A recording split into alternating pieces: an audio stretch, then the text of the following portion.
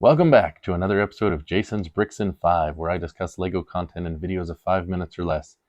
Today I am excited to reveal my newest MOC that I have built. This is a MOC of the Disneyland Peoplemover, one of the attractions that used to be in Tomorrowland and Disneyland in California. They still have a version in Disney World, but the cars were a little bit different, so this one is based off of the old version.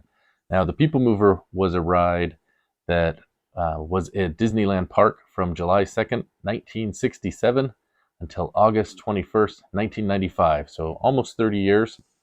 And it's one that I remember from my childhood. Have a lot of nostalgia for it. Wasn't a thrill ride, anything like that. It was a 15-minute ride through the sky over Tomorrowland. We went through some of the other attractions like Space Mountain, Star Tours. But it's something I think back of to my days growing up in California, going to Disneyland as a kid, and I absolutely love it. It was probably about a year and a half ago that I was starting to think about maybe building a Disneyland attraction MOC. I had looked online. I did see there was an artist who had made a Lego MOC of the Peoplemover. His name was Andy Baird. I'll link an article talking about it, and it's got the pictures that kind of helped inspire me. But I've built something very similar to, at least what the pictures had shown, just with, what I could build. So you'll notice that I have created a section of the track that was raised above Tomorrowland and a base.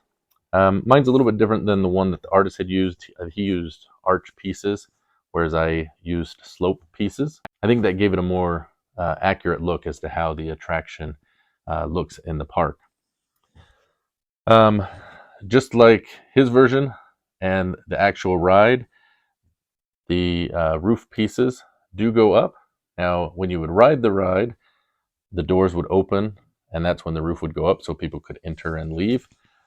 However, as try as I might, I couldn't figure out a way, at least at this scale, to make it so those doors could open and close. I did come up with a way to make the seal, but I just couldn't figure out a way to do that. So I went ahead and left it the way that it is.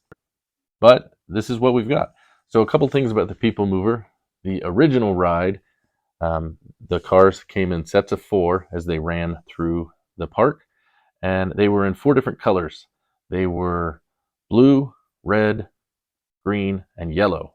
I've chosen orange, and the first reason is that is more true to the color that is in the vintage poster. Also, I found that going with the orange pieces tended to be a little bit cheaper than some of the others. So that was also a factor in this. You can see that I have put in a UCS style plaque here. I printed off a little design I made with the vintage poster and then a few little details about it. Something similar to the Star Wars UCS plaques, but a little bit different in that, number one, it's not just black and white with a blue outline, but really that full color. But I really like the way that popped and brought out what this is. So really happy with the way that it turned out. Let me know what you think. Do any of you remember going on the Peoplemover like I do as a child? There is a lot of nostalgia for it. I noticed that at the parks currently, you'll see a lot of retro merchandise for the ride. But I think it turned out great. Real happy with it. We'll go ahead and put it up on the shelf with my other small Disney builds, and you can see how it looks. So that's going to be it for today. Thanks for watching.